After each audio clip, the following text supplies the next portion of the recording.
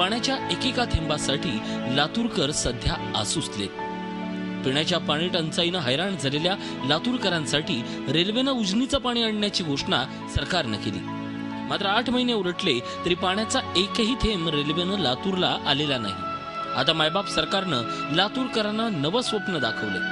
उजनीचं नव्हे तर सांगली जिल्ह्यातल्या मिरजेचं पाणी रेल्वेनं आणण्याची घोषणा महसूल मंत्री खडसेंनी केली आहे. मिरज येथून रेल्वेने लातूर शहराला पाणी आणण्याचा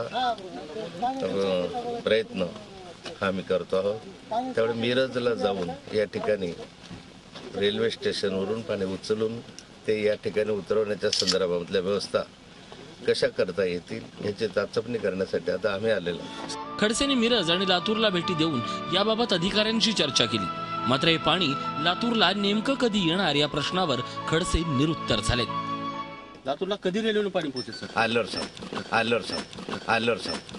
साहेब. मंत्रिमंडळाच्या बैठकीत निर्णय होऊनही लातूरकरांना अद्याप रेल्वेनं पाणी मिळालेलं नाहीये. त्यामुळे विरोधी पक्षनेत्यांनी देखील सरकारच्या नव्या घोषणेवर प्रश्नचिन्ह उपस्थित केलंय. पहिले लातूरला अध्यक्ष लागू करावी लागली, आता परभणीला अध्यक्ष महोदय लागू करायला.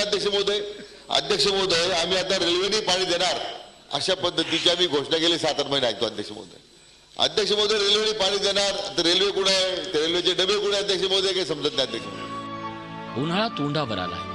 पाणी पाणी असा टाहो फोडत लातूरकरांचा घसाही कोरडा झालाय. आता खरोखरच मिरजेचं पाणी लातूरकरांना मिळणार आहे की नवी घोषणा देखील एप्रिल फूल ठरणार आहे? मिरजहून रवींद्र कांबळेसह शशिकांत पाटील, झी मीडिया, लातूर. झी 24 तास रहा एक पाऊल पुढे.